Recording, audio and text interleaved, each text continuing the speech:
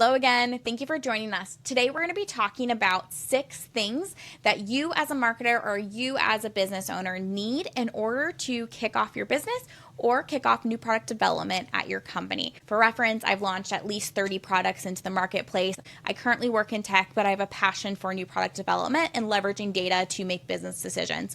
Like and subscribe so I know this information is relevant, and let's dive in. First, number 1 and number 2 are very interconnected. Number 1, you want to know your TAM, your total addressable market.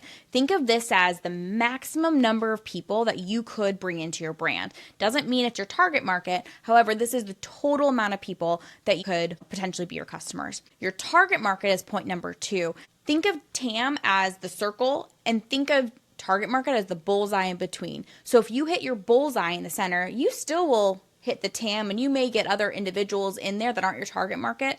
However, have a point of view on who your target is and what they're looking for. Because point number 3, you need to have a problem to solve. You should not go into business if you don't know what are all the problems maybe your TAM or your target market has, and then what is the problem that you are going to solve? Why are you in business? And this is important because point number 4 is your value proposition, which is the unique way that only you can solve that problem. A lot of other people can solve a problem. However, your value proposition is how can you uniquely solve that problem? For example, this is a problem that maybe a lot of people face.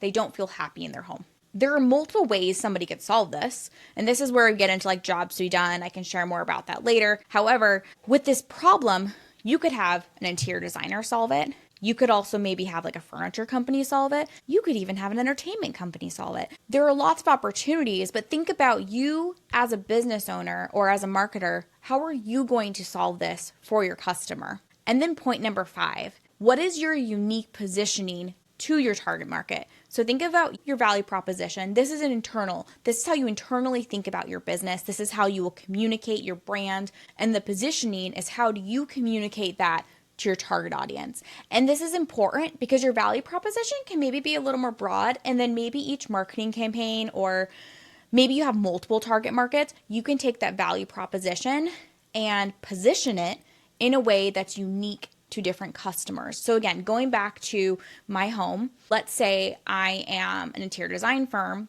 and I want to try to appeal to myself. So they may have positioning that's unique to me that solves my problem, but they also may have positioning that's unique to maybe my mom or to maybe my neighbor because they have a different problem to solve. So think about your positioning as a way to uniquely talk to individuals that it still maintains your brand and still maintains your point of focus. 6, this is where you're going to wrap it all up. You have your TAM, you have your target market, you have your problem to solve, you have your value proposition, your positioning, but how are you going to communicate that to your audience? You need to understand the methods and the modes that you can reach them. For example, going back to myself as an audience member, that interior design company can reach me on social media. They can reach me in their store. They can reach me on maybe a billboard. However, what is most effective in landing their value proposition? What is most effective in kind of drawing me in?